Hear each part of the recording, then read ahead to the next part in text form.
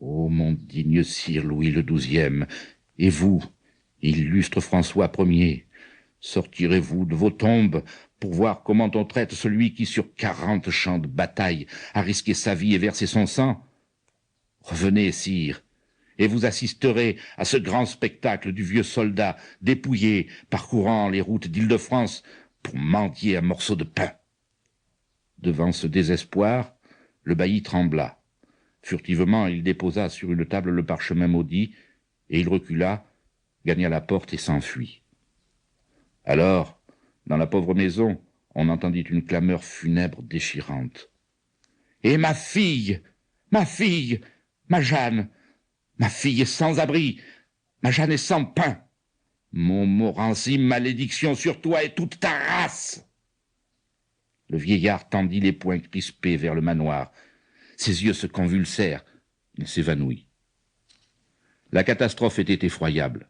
En effet, Margency, qui depuis Louis XII appartenait au seigneur de Pienne, était tout ce qui restait de son ancienne splendeur à cet homme qui avait jadis gouverné la Picardie. Dans l'effondrement de sa fortune, il s'était réfugié dans cette pauvre terre enclavée dans les domaines du connétable. Et une seule joie l'avait jusqu'ici rattaché à la vie, une joie lumineuse et pure, sa fille, sa Jeanne, sa passion, son adoration. Le pauvre revenu de Margency mettait du moins la dignité de l'enfant hors de toute insulte. Maintenant, c'était fini. L'arrêt du Parlement, c'était pour Jeanne de Pienne et son père la misère honteuse, la misère sinistre, ce que le peuple, avec son génie de l'épithète picturale, appelle la misère noire. Jeanne avait 16 ans. Mince, frêle, fière, d'une exquise élégance, elle semblait une créature faite pour le ravissement des yeux, une émanation de ce radieux printemps, pareille en sa grâce un peu sauvage à une aubépine qui tremble sous la rosée du soleil levant. Ce dimanche 26 avril 1553, elle était sortie comme tous les jours à la même heure. Elle avait pénétré dans la forêt de châtaigniers à laquelle s'appuyait Margency. C'était vers le soir. Des parfums emplissaient les bois. Il y avait de l'amour dans l'air.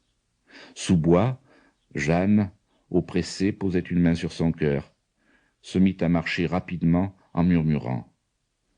Oserais-je lui dire? Ce soir, oui, dès ce soir, je lui parlerai. Je dirai ce secret terrible et si doux. Soudain, 2 bras robustes et tendres l'enlacèrent. Une bouche frémissante chercha sa bouche. « Toi, enfin toi, mon amour !»« Mon François, mon cher Seigneur !»« Mais qu'as-tu, mon aimé, tu trembles ?»« Écoute, écoute, mon François. Oh, je n'ose. » Il se pencha et l'enlaça d'une étreinte plus forte. C'était un grand et beau garçon, au regard droit, au visage doux, au front haut et calme. Or, ce jeune homme s'appelait François de Montmorency. Oui, c'était le fils aîné de ce connétable Anne qui venait d'arracher au seigneur de Pienne le dernier lambeau de sa fortune. Leurs lèvres s'étaient unies.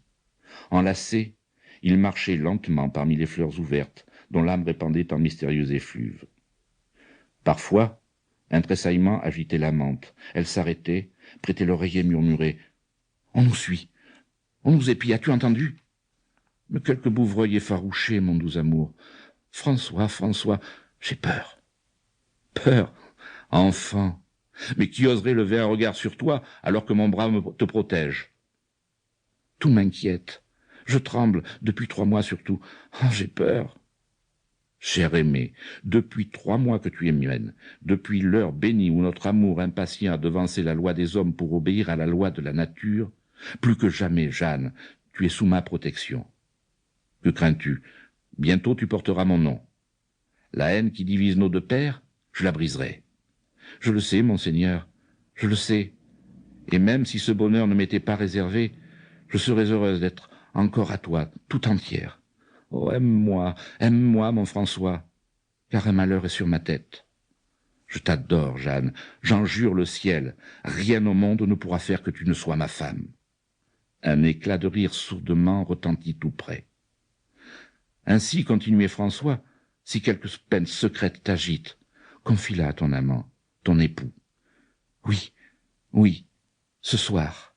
Écoute, à minuit, je t'attendrai. Pour continuer à écouter ce livre audio gratuitement, cliquez sur le lien dans la description et vous pourrez l'écouter en entier sans frais grâce à l'essai de 30 jours d'Audible.